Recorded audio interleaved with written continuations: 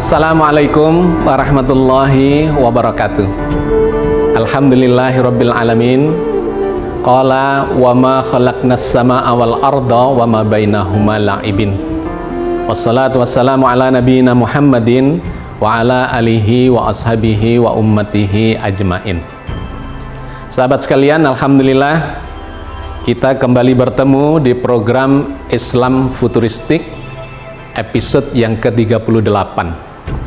Kita akan melanjutkan kajian kita tentang seputar kisah Nabi Adam.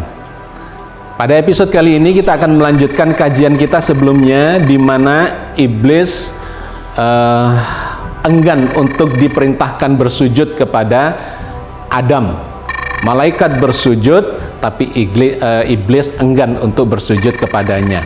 Nah, hari ini saya akan melanjutkan kajian itu tentang proses turunnya Nabi Adam dari surga, sekaligus menjawab beberapa pertanyaan ya terkait dengan apakah iblis itu dan para malaikat bersujud kepada Adam saat Adam di dalam rahim, ya, diciptakan di dalam rahim, ataukah sesungguhnya ketika Adam itu sudah dewasa. Ini perlu kita klarifikasi ya, karena memang ada dua pandangan yang berbeda, dan saya kira kita kalau merujuk kepada Al-Quran kita akan mendapat jawabannya dengan tuntas, dengan gamblang. Di episode yang lalu saya mengatakan, menyimpulkan dari berbagai rentetan ayat, ya, banyak ayat yang saya kutip yang memberikan kesimpulan bahwa bersujudnya para malaikat dan kemudian pembangkangan iblis itu terjadi pada saat Nabi Adam masih diciptakan di dalam rahim. Tetapi kemudian di forum kita ada pertanyaan, ya, saya selalu membaca komentar-komentar Anda sekalian, meskipun saya mungkin tidak menjawabnya di situ karena seringkali kalau pertanyaannya itu cukup mendalam, saya tidak punya cukup waktu untuk menulis panjang di sana karena butuh penjelasan yang panjang, sehingga pertanyaan-pertanyaan yang relevan itu saya angkat di episode berikutnya, ya, seperti kali ini. Nah, di forum itu ada pertanyaan, kalau kita mengacu ke rentetan ayat, ya, di dalam surat Al-Baqarah antara ayat 30 sampai ayat 39, maka di sana terkesan bahwa sujudnya para malaikat dan pembangkangan iblis itu terjadi pada saat Nabi Adam sudah dewasa, yaitu ketika sudah dites, ya, diuji dengan ilmu pengetahuan, nama-nama benda yang diajarkan kepada beliau dan kemudian ditunjukkan kepada para malaikat. Setelah itu barulah ada, ya, dalam rentetan ayat itu muncul ayat yang mengatakan perintah kepada malaikat untuk bersujud, dan kemudian mereka bersujud dan dibangkang, ya, atau terjadi pembangkangan oleh iblis. Nah, saya terima kasih ada yang bertanya ini untuk melakukan klarifikasi. Jadi ketika kita berdiskusi, ya, saya sangat menghargai ini. Ketika kita berdiskusi, kalau ingin menyanggah kesimpulan yang didasarkan pada ayat, ya, kesimpulan ayat, dalil ayat-ayat, maka benar adanya gunakanlah ayat. Jadi ayat dibantah dengan pemahaman ayat juga, itu make sense, ya, menarik. Kalau saya kemudian melakukan kesimpulan berdasarkan proses analisa saintifik, maka kalau Anda tidak sependapat, lakukanlah bantahannya, ya, atau counternya dengan menggunakan argumentasi yang saintifik. Jadi argumentasi saintifik dibandingkan dengan argumentasi saintifik, argumentasi dalil-dalil dari dalam Al-Quran juga dibanding dengan argumentasi dalil-dalil Al-Quran. Nah, itu akan membuat kita pintar, akan membuat kita on the track di dalam diskusi yang benar. Jadi jangan kemudian menggunakan sekedar opini, ya, apalagi kemudian sambil mengatakan orang lain sesat dan ya segala macam ada di forum kita, ya, itu nggak saya tanggapi kalau sudah begitu. Yang kita tanggapi adalah yang mengajak diskusi dengan baik, sains dengan sains, dalil dengan dalil. Oke, jadi kembali kepada pertanyaan itu tadi. Di episode yang sebelumnya, saya telah memberikan kesimpulan berdasar analisis ayat-ayat secara komprehensif dan holistik bahwa Nabi Adam ya terkait dengan pembangkangan iblis, proses itu sesungguhnya terjadi pada saat Nabi Adam masih diciptakan di dalam rahim. Didasarkan pada ayat apa ya, sudah kita bahas panjang lebar, tetapi salah satu poinnya adalah di dalam surat Al-A'raf ayat 11. Saya kutipkan kembali bunyi ayat itu supaya mendapatkan gambaran secara lebih konkret ya. A'udzubillahi minasyaitonirrajim. Bismillahirrahmanirrahim. Walaqad khalaqnakum tsumma sawwarnakum tsumma qulna lil malaikati isjudu li Adam fasajadu illa iblis lam yakum minas sajidin. Sesungguhnya kami telah menciptakan kalian, lalu kami bentuk tubuh kalian.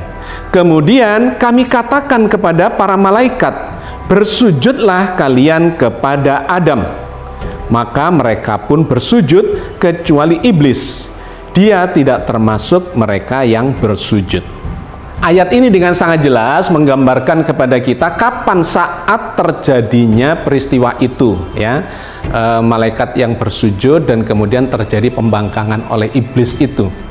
Di ayat ini dengan sangat jelas digambarkan, walaqad khalaqnakum tsumma sawwarnakum. Dan sungguh Allah telah menciptakan kalian manusia pada umumnya karena menggunakan kata jamak. Tsumma sawwarnakum, kemudian kami bentuk tubuh kalian. Ini sudah kita bahas di episode yang lalu bahwa pembentukan itu adalah di dalam rahim ya, berdasarkan pada kajian ayat surat Ali Imran ayat ke-6. Di ayat itu dikatakan bahwa Allah itu yusawwirukum fil arhami kaifa yasha. Allah membentuk tubuh manusia, membentuk tubuh kita semuanya ini fil arhami kaifa yasha, di dalam rahim sebagaimana dikehendakinya. Nah, di surat Al-A'raf ayat 11 ini Allah menjelaskan, kamilah yang menciptakan kalian semuanya dan membentuk tubuh kalian di mana di dalam rahim. Langsung disambung, summa qulna lil malaikati isjudu li Adam fasajadu illa iblis.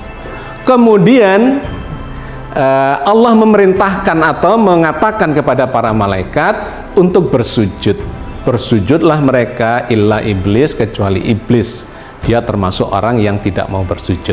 Jadi ayat ini dengan sangat gamblang mengatakan dalam satu ayat, bukan berbeda ayat ya, di dalam satu ayat menjelaskan bahwa peristiwa tidak bersujudnya iblis dan bersujudnya para malaikat itu terjadi di dalam rahim.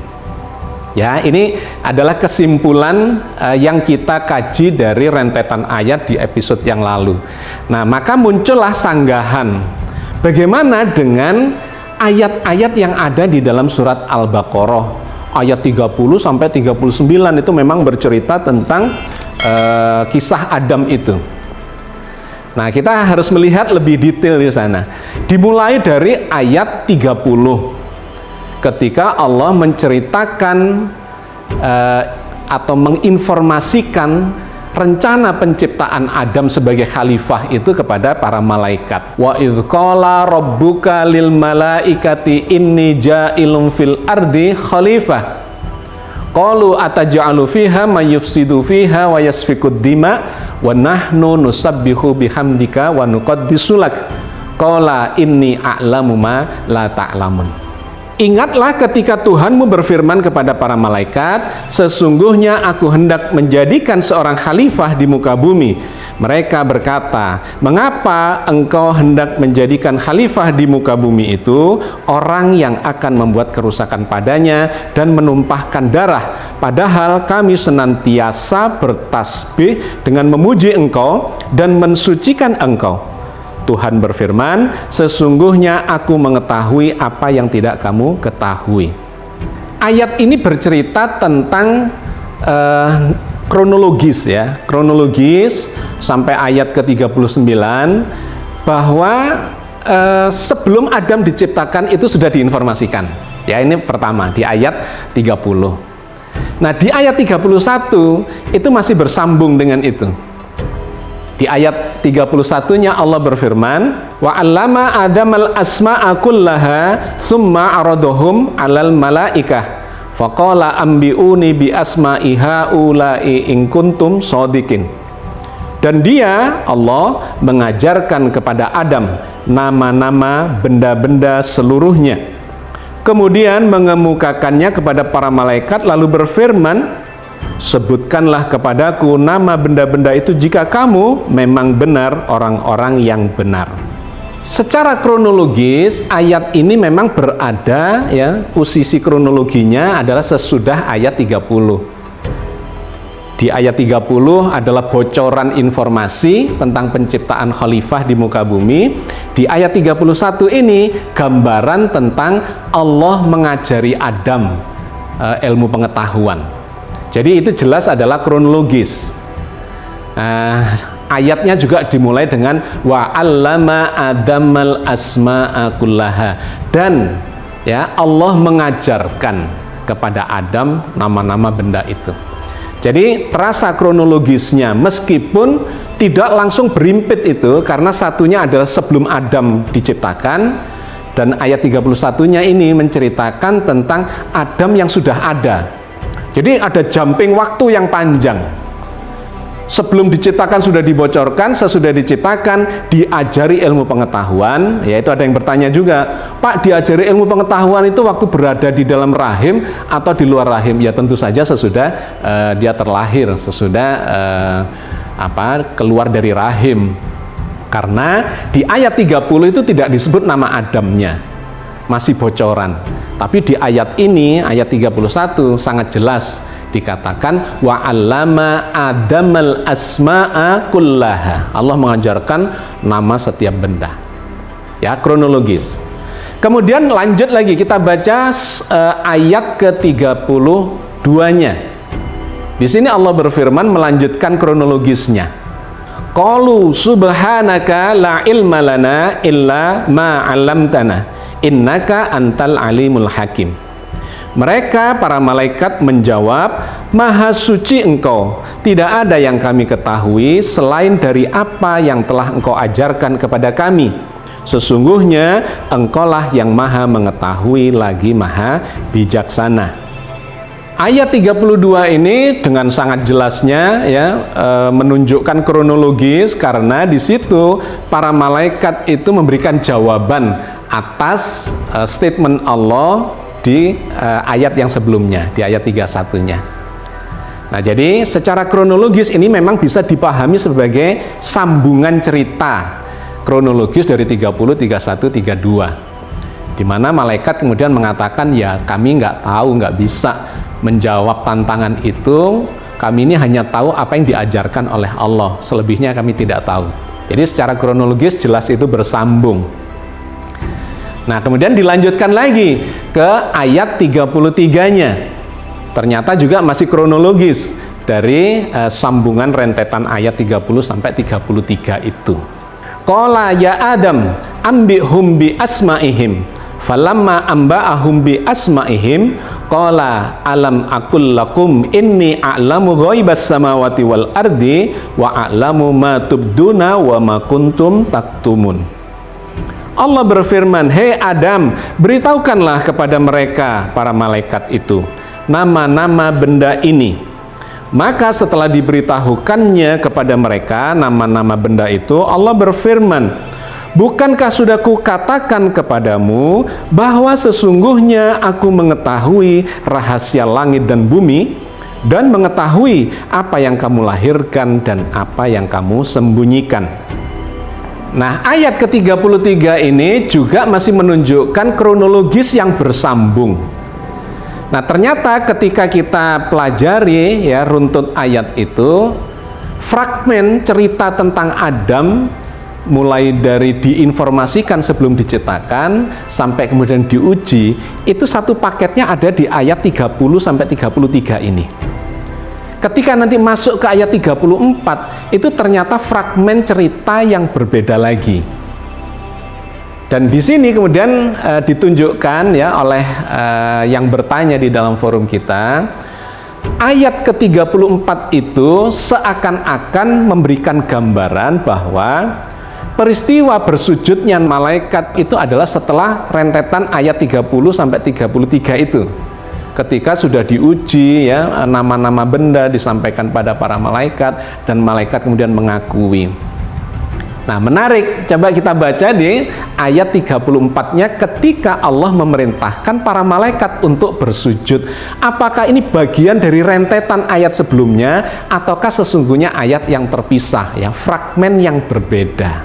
Wa idh qulna lil malaikati isjudu li Adam fasajadu illa iblis aba wastakbara wa kana minal kafirin. Dan ingatlah ketika kami berfirman kepada para malaikat, sujudlah kamu kepada Adam, maka sujudlah mereka kecuali iblis. Ia enggan dan takabur, dan adalah dia termasuk golongan orang-orang yang kafir.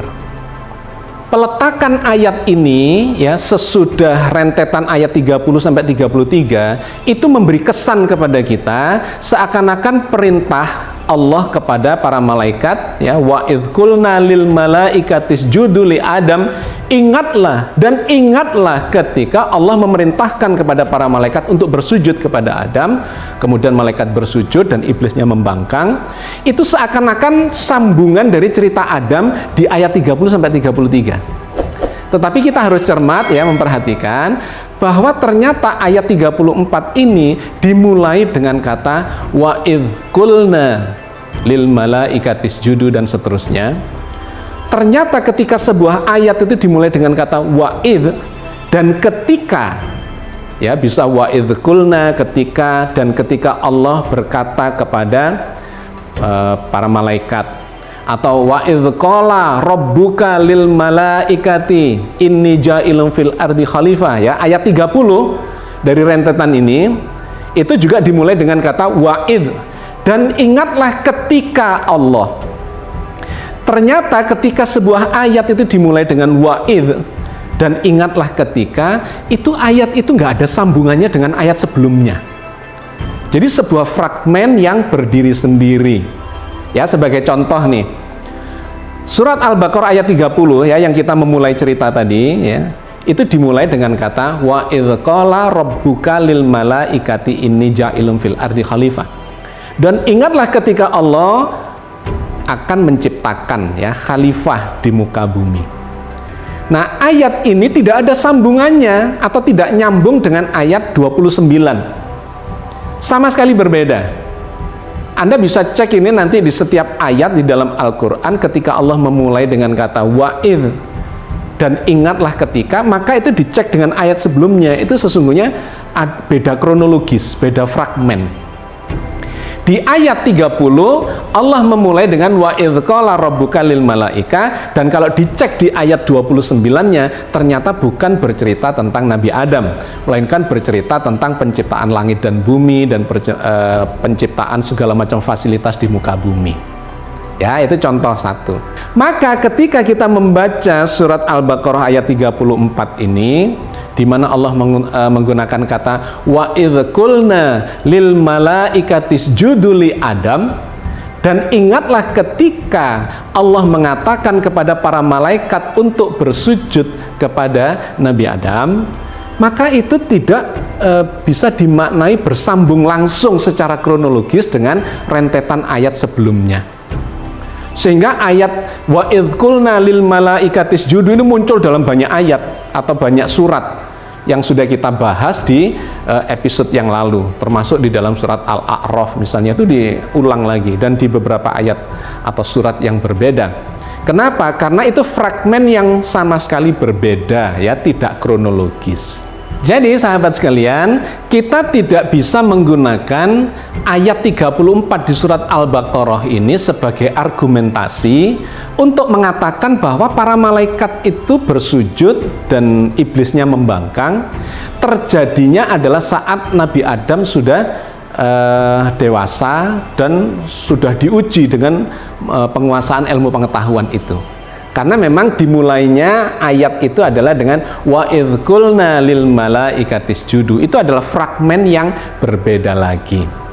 Kecuali cerita itu ada di dalam satu ayat yang sama seperti yang tercantum di dalam surat Al-A'raf ayat 11. Nah, itu barulah gambaran kronologisnya sangat konkret bahwa para malaikat itu diperintahkan bersujud adalah saat Nabi Adam itu berada di dalam rahim. Walaqad khalaqnakum tsumma sawwarnakum tsumma qulna lil malaikati isjudu li Adam.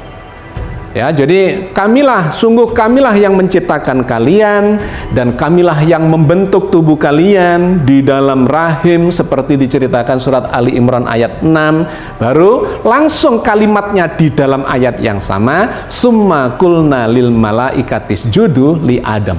Kemudian, nah itu langsung kronologis. Kemudian kami perintahkan kepada para malaikat untuk bersujud kepada Nabi Adam. Ya, jadi kalau dilihat dari kedekatan kronologisnya, maka kita akan cenderung mengambil satu ayat yang menceritakan langsung kronologis di dalam kalimat-kalimatnya dibandingkan dengan rentetan ayat, ya, ayat yang berbeda-beda. Kemudian di ayat berikutnya baru menggunakan atau menceritakan tentang perintah itu. Apalagi ternyata diawalinya dengan wa idz qulna lil malaikati isjudu, ya, dan ingatlah ketika Allah memerintahkan kepada para malaikat untuk bersujud. Ya, saya kira Anda bisa menangkap apa yang saya maksudkan, bahwa cara memahami ayat ke ayat, ya, secara komprehensif itu menjadi poin yang sangat penting dalam membangun kesimpulan. Kedekatan ayat dengan ayat itu kalah dengan kedekatan kalimat dengan kalimat di dalam ayat yang sama. Oke, jadi ini memberikan jawaban kepada pertanyaan yang ada di forum kita, kapankah malaikat itu diperintahkan untuk bersujud, setelah Adam sudah dewasa ataukah masih di dalam rahim? Maka kesimpulannya, ya, sampai saat ini kita sudah mendapatkan kesimpulan itu, bahwa beliau atau para malaikat bersujud kepada beliau Nabi Adam itu terjadinya adalah pada saat beliau masih diciptakan di dalam rahim. Ya, itu poin satu. Nah, maka rentetan kronologis dari kapan waktunya para malaikat itu bersujud dan kemudian iblis membangkang itu tidak ada di dalam atau bukan di dalam rentetan surat Al-Baqarah tadi, melainkan membutuhkan penjelasan dari ayat yang berbeda di dalam fragmen cerita yang sama. Dan itu ternyata selain di dalam surat Al-Baqarah ayat 34 sampai 39 itu diceritakan secara paralel di ayat atau di surat yang berbeda, yaitu dalam surat Al-A'raf, di mana surat Al-A'raf ayat 11-nya tadi sudah memerintahkan kepada para malaikat, ya, untuk bersujud. Kemudian illa iblis fasajadu illa iblis, ya, lam yakum minas sajidin, dia tidak termasuk orang yang bersujud. Nah, menarik kemudian, ya, cerita tentang tidak bersujudnya iblis itu dilanjutkan oleh surat Al-A'raf ayat 12-nya. Ya, 11-nya bercerita tentang pembangkangannya, kemudian ayat 12-nya ini menceritakan tentang kemudian bagaimana sikap Allah terhadap pembangkangan iblis itu. Qala ma mana'aka alla tasjuda idz amartuka. Qala ana khairum minhu. Khalaqtani min narin wa khalaqtahu min tin. Allah berfirman, apakah yang menghalangimu untuk bersujud kepada Adam di waktu aku menyuruhmu? Menjawab iblis, saya lebih baik daripadanya. Engkau ciptakan saya dari api, sedang dia engkau ciptakan dari tanah. Qala fahbit minha, fama yakunu laka an tatakabbaru fiha, fahruj innaka minas saghirin. Allah berfirman, turunlah kamu dari surga itu karena kamu tidak sepatutnya menyombongkan diri di dalamnya. Maka keluarlah, sesungguhnya kamu termasuk orang-orang yang hina. Menarik ayat ini ya, menceritakan kronologis setelah iblis itu membangkang. Kemudian Allah bertanya, kenapa kamu membangkang? Dia mengatakan, saya lebih mulia dari dia. Saya diciptakan dari api, Adam itu diciptakan dari tanah. Gitu. Nah, kemudian Allah menunjukkan kemarahannya kepada iblis, bahwa iblis itu termasuk orang yang sombong, yang takabur, ya, menganggap dirinya lebih hebat dari Adam. Maka apa kata Allah? Turunlah kamu dari surga ini. Bahkan menggunakan kata pengusiran, fahruj, keluarlah. Tidak sepantasnya kamu menyombongkan diri di dalam surga itu. Jadi ini adalah kronologisnya, bahwa ternyata setelah dia itu membangkang untuk bersujud kepada Adam saat masih dalam penciptaan itu, ya, Adamnya belum ada, belum terlahir maksudnya. Dia sudah membangkang, kemudian Allah sudah mengatakan, keluarlah kamu dari surga itu.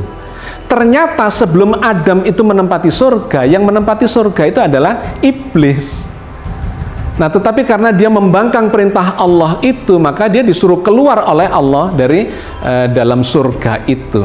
Jadi tidak bersamaan keberadaan iblis dengan Adam di dalam surga itu, tidak bersamaan. Sebelum Adam terlahir, iblislah yang bertempat di dalam surga itu. Kemudian karena membangkang perintah Allah, menyombongkan dirinya, takabur, maka kata Allah, nggak pantas kamu di dalam surga lagi, keluarlah, turunlah dari surga dan keluarlah. Bahkan di ayat yang berbeda itu diungkapkan dengan kata-kata yang lebih keras lagi, pengusiran itu. Dalam rentetan surat Al-A'raf itu juga silakan dibaca di ayat 18 dan 19 ketika Allah menggunakan kata pengusiran kepada iblis itu, ya. Di ayat sebelumnya tadi sudah dikatakan keluarlah, turunlah, kamu termasuk orang yang hina. Nah, di 18 dan 19-nya ini ditegaskan lagi pengusiran terhadap iblis itu supaya keluar, ya, dari surga. Qala khruj minha mad'umam madhura laman tabi'aka minhum la amla anna jahannama minkum ajma'in. Allah berfirman, keluarlah kamu dari surga itu sebagai orang yang terhina lagi terusir. Sesungguhnya barang siapa di antara mereka mengikuti kamu, benar-benar aku akan mengisi neraka jahanam dengan kamu semuanya. Wa ya Adam muskun anta wa zaujukal jannata fakula min haitsu syi'tuma wa la taqraba hadhihi sajarata fatakuna minadz zalimin. Dan Allah berfirman, hei Adam, bertempat tinggallah kamu dan istrimu di surga, serta makanlah olehmu berdua buah-buahan di mana saja yang kamu sukai.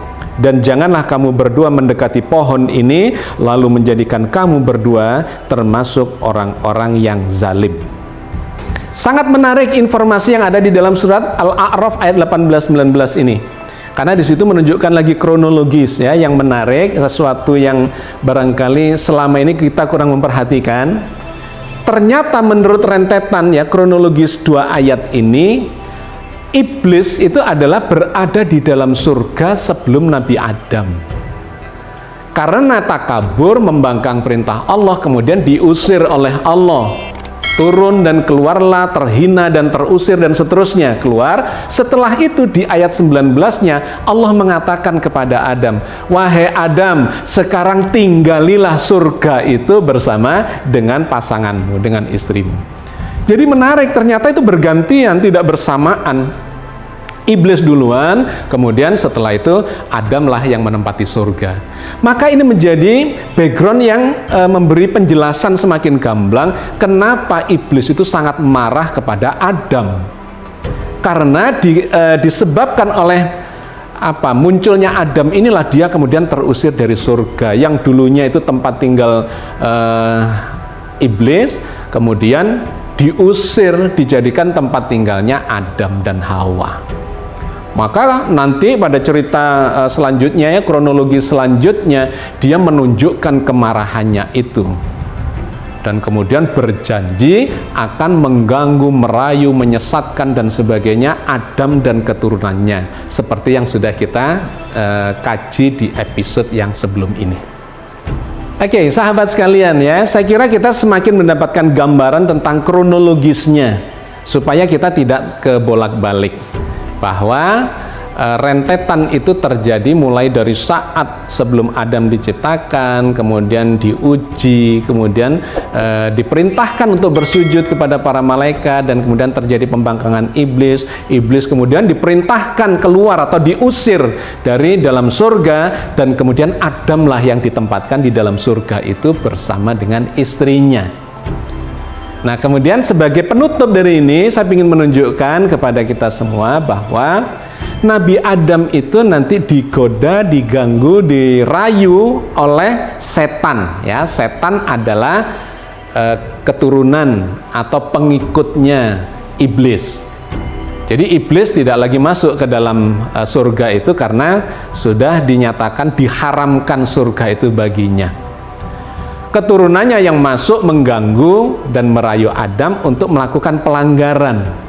Dan kemudian Nabi Adam melakukan pelanggaran itu, ya, seperti kita sudah ceritakan di episode yang lalu dengan memakan buah khuldi itu. Nah, karena pelanggaran itu kemudian Adam pun diturunkan dari surga itu. Tetapi suasananya sangat berbeda dengan iblis. Kalau iblis itu betul-betul dimarahi oleh Allah, diusir, terhina gitu ya, menjadi orang yang terusir dan diharamkan untuk kembali ke surga. Tetapi Adam ini tidak. Kenapa? Karena begitu melakukan pelanggaran, Adam itu kemudian melakukan pertobatan. Melakukan pertobatan, mengakui salahnya. Berbeda dengan iblis yang justru, waduh, dia membusungkan dadanya, saya minta waktu, kasih kesempatan saya sampai akhir zaman, saya akan menggoda dan menyesatkan manusia dan segala macam, ya, keturunannya Adam itu. Tetapi Adam tidak melakukan itu. Begitu melakukan kesalahan, maka dia segera menyadari, kemudian melakukan pertobatan. Sehingga Adam itu kemudian justru, ya, diterima pertobatannya dan dipilih sebagai seorang khalifah yang akan memanajemeni bumi ini. Maka di surat Al-Baqarah ayat 38 Allah memerintahkan turun Nabi Adam itu dari surga, tetapi tidak dalam nuansa mengusir Nabi Adam, melainkan justru menugasi Nabi Adam untuk menjadi khalifah di muka bumi. Dan kemudian Allah memberikan petunjuk-petunjuk kepada beliau. Qul nahbitu minha jami'an fa imma ya'tiyannakum minni hudan faman tabi'a hudaya fala khaufun 'alaihim walahum yahzanun. Kami berfirman, turunlah kamu Adam semuanya dari surga itu. Kemudian jika datang petunjukku kepadamu, maka barang siapa yang mengikuti petunjukku, niscaya tidak ada kekhawatiran atas mereka dan tidak pula mereka bersedih hati. Ayat ini menjadi penutup dari kajian kita, bahwa Adam pun akhirnya diturunkan dari surga, ya. Menggunakan kata ihbit, turunlah dari surga itu. Tapi tidak menggunakan kalimat-kalimat yang keras seperti kepada iblis, fakhruj misalnya. Allah memerintahkan keluarlah dan terusir dan terhinakan. Tidak, berbeda.